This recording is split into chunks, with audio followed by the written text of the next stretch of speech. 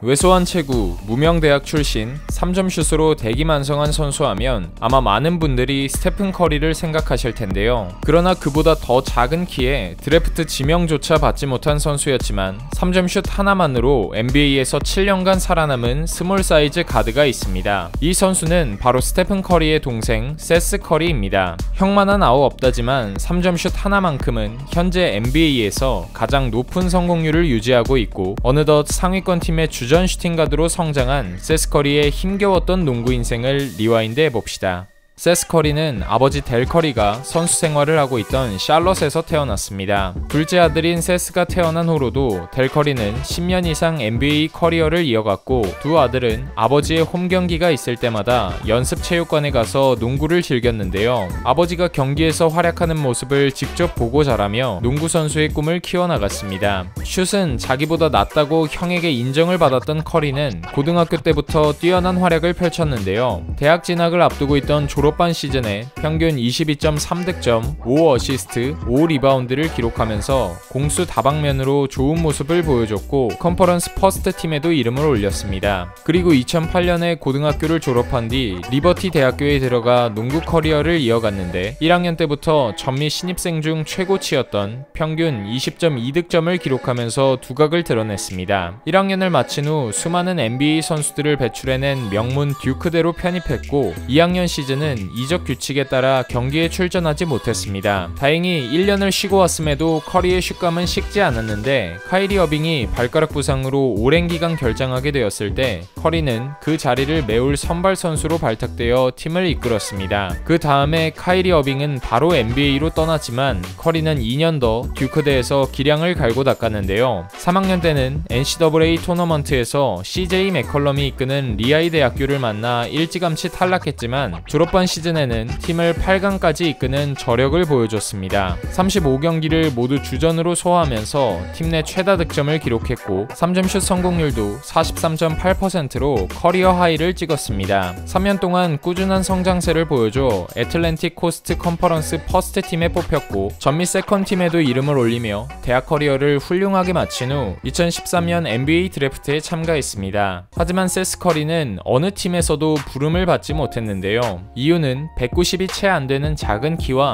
장점인 3점슛 외에는 운동 능력이 평범하다는 것이었습니다. 결국 NBA의 마이너리그인 D리그를 전전하면서 농구를 계속했는데 처음에는 형이 뛰는 골든스테이트 워리어스와 논 개런티 계약을 체결했으나 형과 같은 팀에서 뛰기보단 다른 팀에서 경쟁하길 원했던 커리는 얼마 못 가 방출당했습니다. 이후 D리그에서도 2년 동안 3번이나 팀을 바꾸며 불확실한 농구 커리어를 이어갔는데 2014년 1월 초 멤피스에서 NBA 경기를 딱 한 번 밟아봤지만 그에게 주어진 4분 동안 보여줄 수 있는 건 아무것도 없었고 이곳저곳을 떠돌다 2015년 여름 서머리그를 소화하기 위해 뉴올리언스에 잠시 합류했습니다. 2015 서머리그에서 세스 커리는 경기당 평균 24.3득점을 올리면서 에런 고든과 함께 최고 득점자로 존재감을 드러냈고 서머리그 종료 후 7월에 세크라멘토 킹스와 정식 계약을 체결하면서 고대했던 NBA 무대를 제대로 밟게 되었는데요. 당시 생애 첫 MVP와 함께 첫 우승까지 맛보며 슈퍼스타로 거듭난 형 스테프는 동생이 NBA에 오기 위해 인내심을 가지고 최선을 다했다며 NBA에 정식으로 첫 발을 내딛게 된 동생이 자랑스럽다고 말했습니다. 2년간의 D리그 생활을 마치고 맞이한 NBA에서의 루키 시즌, 커리는 후보 선수로 평균 15분가량 코트를 누빌 수 있었고 언제 투입되든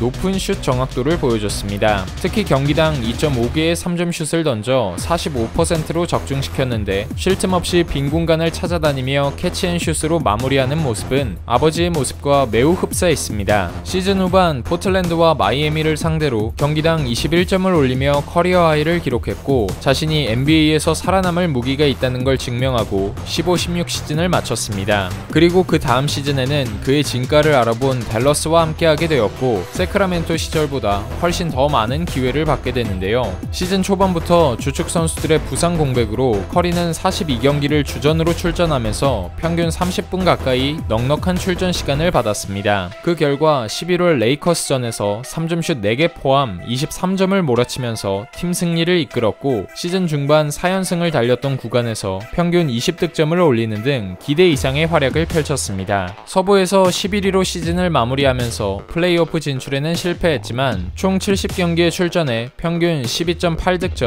2.7 어시스트, 2.6 리바운드로 주요 스탯을 2배나 상승시켜 다음 시즌에도 팀의 주축 선수로 자리 잡을 듯 했습니다. 하지만 시즌 개막을 앞두고 왼쪽 정강이뼈가 피로 골절되는 부상을 입어 17-18 시즌을 통으로 쉬면서 허무하게 1년을 보내야 했습니다. 한창 전성기일 나이에 1년간의 공백은 계약 종료를 앞둔 그에게 더욱 치명적이었지만 다행히도 18-19 시즌에 포틀랜드의 부름을 받아 선수 생활을 이어갈 수 있었습니다. 한솥밥을 먹게 된 릴라드와 맥컬럼은 모두 3점 슛이 되고 팀에서 가장 많은 출전 시간을 받는 만큼 세스 커리가 출격하는 시간은 댈러스 때보다 줄어들 수밖에 없었으나 짧은 시간이라도 고감도의 슈팅 감각을 선보였습니다. 2월 말에 벤치에서 출격했던 클리블랜드전에서 15분 동안 5개의 3점을 시도해 모두 성공시키는 매운맛 커리 모드를 보여줬고, 시즌 후반 결정한 맥컬럼 대신 주전으로 출격한 경기에서 8경기 연속으로 두 자릿수 득점을 올리는 등 제 몫을 다했습니다. 또한 팀이 서부 컨퍼런스 3위로 정규 시즌을 마치면서 고대하던 플레이오프도 밟을 수 있게 되었는데요. 비록 백업 가드였지만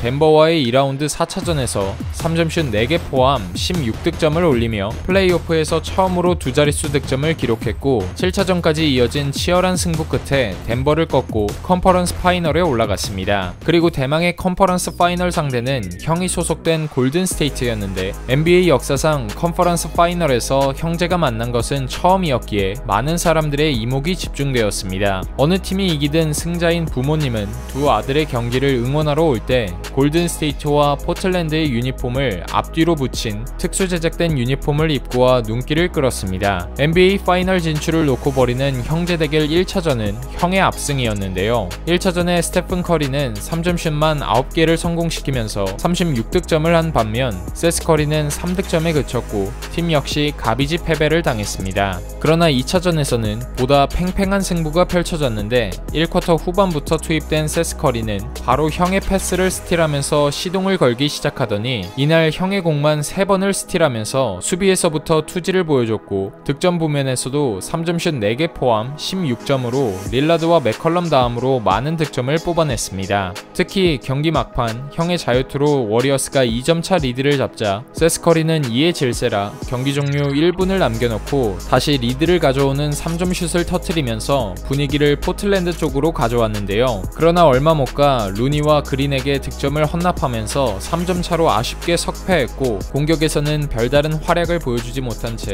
4연패를 당하며 시즌을 마무리했습니다. 여름에 FA가 된 커리는 댈러스 매버릭스와 계약을 맺으면서 2년 만에 다시 댈러스로 돌아왔는데요. 19-20 시즌 돈치치와 포르징기스를 중심으로 팀을 재편한 댈러스에서 커리는 팀의 핵심 벤치 멤버로 활약했는데 시즌 초반부터 첫 30득점 경기를 만들어내더니 2월 말 마이애미전에서는 커리어 하이 득점을 37점으로 갈아치우며 인생 경기를 펼쳤습니다. 특히 슛 정확도만큼은 형 못지않은 미친 적중률을 선보였습니다. 이후 서부 7위로 진출하게 된 플레이오프에서는 우승 후보였던 LA 클리퍼스를 만나 1라운드에서 탈락했지만 커리는 이전 플레이오프 때보다 기복이 줄은 모습을 보여줬고 평균 12.8득점을 기록하면서 자신의 가치를 증명해냈습니다. 그리고 마침내 이번 20-21 시즌 세스 커리는 가장 자신이 어울리는 팀으로 이적하게 되는데 그 팀은 바로 필라델피아 76서스입니다. 지난 시즌 필라델피아는 뛰어난 슈터 JJ 레딕이 팀을 떠난 후 스페이싱이 되지 않아 플레이오프 1라운드에서 보스턴에게 4전 전패로 탈락하는 굴욕을 맛봤는데 큰 원인 중 하나는 주전 포인트 가드의 3점슛 능력 부재였습니다. 세스 커리의 합류로 필라델피아는 벤 시몬스와 서로 윈윈할 수 있는 조합을 구축했고 드디어 이번 시즌이 개막했는데요. 결과는 커리와 필라델피아 모두에게 성공적이었습니다. 아직 7경기밖에 치르지 않았지만 필라델피아는 6승 1패로 리그 전체 1위를 달리고 있는데 커리는 7경기 모두 주전 슈팅가드로 뛰면서 행복농구를 하고 있습니다. 시몬스의 킥아웃 패스를 득점으로 연결시켜주고 엔비드와 픽앤롤 플레이를 즐기면서 어시스트까지 커리어 하이를 기록 기록 중인데요. 필라델피아의 감독인 닥 리버스가 장인어른이기 때문인지 현재 고감도 야투율을 유지 중인 커리가 과연 이번 시즌에 주전 슈팅 가드로 전경기를 소화하면서 리딩까지 되는 가드로 한 단계 더 발전할 수 있을지, 그리고 우승 청부사와 함께 챔피언 자리까지 차지할 수 있을지 남은 커리어가 더욱 기대됩니다.